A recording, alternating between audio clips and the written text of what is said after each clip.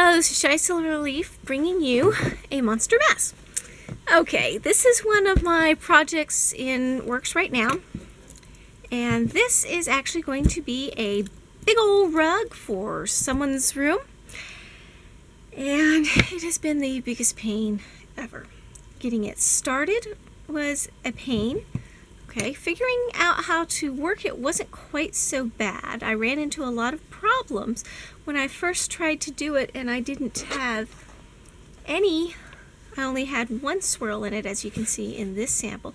It took my center stitches. I don't know if you just saw my oval series, but it took them and it just pushed them all out of alignment. So I had to play around with it and figure out, okay, how can I keep them in alignment? I could do 2 rows of clockwise, 2 rows counterclockwise, and that just looked horrid. And then playing around with it is actually how I came up with the no swirl method, was trying to solve the problem with this. Once I had that, we were good to go. I had to restart this. This is probably, what, 8, 9, 10 times I've restarted. I had lost count a long time ago. Pardon my shoddy nails. It's time to take the polish off. And I just had to restart it because I realized in my previous version, not the one that was shown on the video, I actually had nice little lines going from the center in each wedge, making it look pretty. Well, when I did it this last time, I couldn't get those pretty little lines, and it was driving me crazy.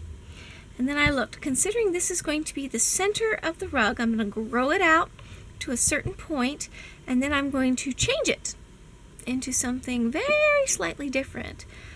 I realized that this center section here that this is going to be is doesn't really need those lines at all. It's after I finish the center section and switch it that I'm going to have to really play around with it and make those lines appear. Otherwise, it's just going to mess up the entire rug.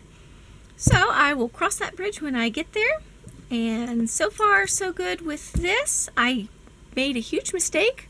Before tearing it apart, I did not measure nor write down how many rounds I did in that center section. So once again, I'm having to play it by ear. Oh joy, not really.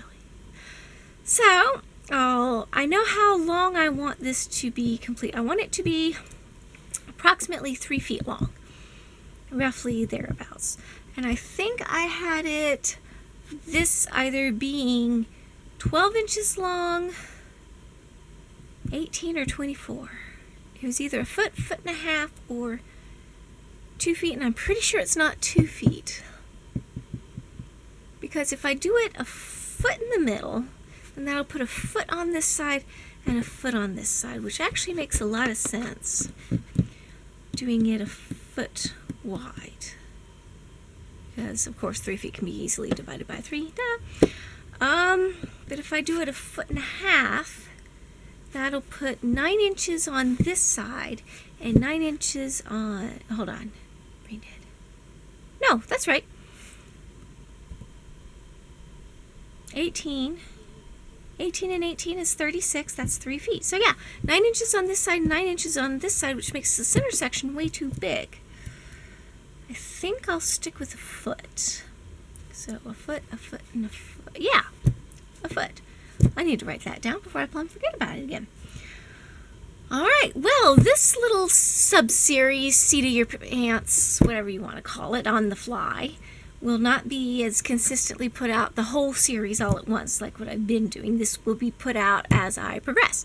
So the next time you see this, it will probably be a foot wide and have started on the changing, and I may be beyond that and ranting and raving about the problems that come with the next part of the section. But until next time, this is what I've got, and I will see you hopefully with something that resembles a much bigger rug. See you later!